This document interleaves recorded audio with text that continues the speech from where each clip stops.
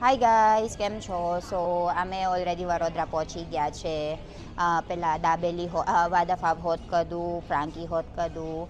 હવે અમે વેસ્ટ સાઈડનું દુકાન આવ્યા. મારા નરણનું બધું ખરીદી કરવાનું છે, એટલે એના ઘરેનું કપડાં જોવે છે.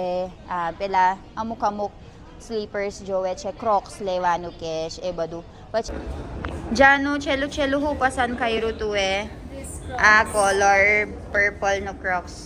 આટલા બધા પૈસા થયા જો ને જો પછી પપ્પા તને આપી દે ને. કશું આપવાનું નહીં. જો મેં એવું કહું, મારા નરન છે ને મારું ઈવાન જન્મ વખત કેટલું કાળજી રાખે, કેટલું મદદ કરે. ભૂલાઈ ના ને મદદ કરેલી. બહુ જ મદદ કરે છે. હવે તમારું જવાબદારી જાનુનું પૂરું. એવું અમારી જવાબદારી છે.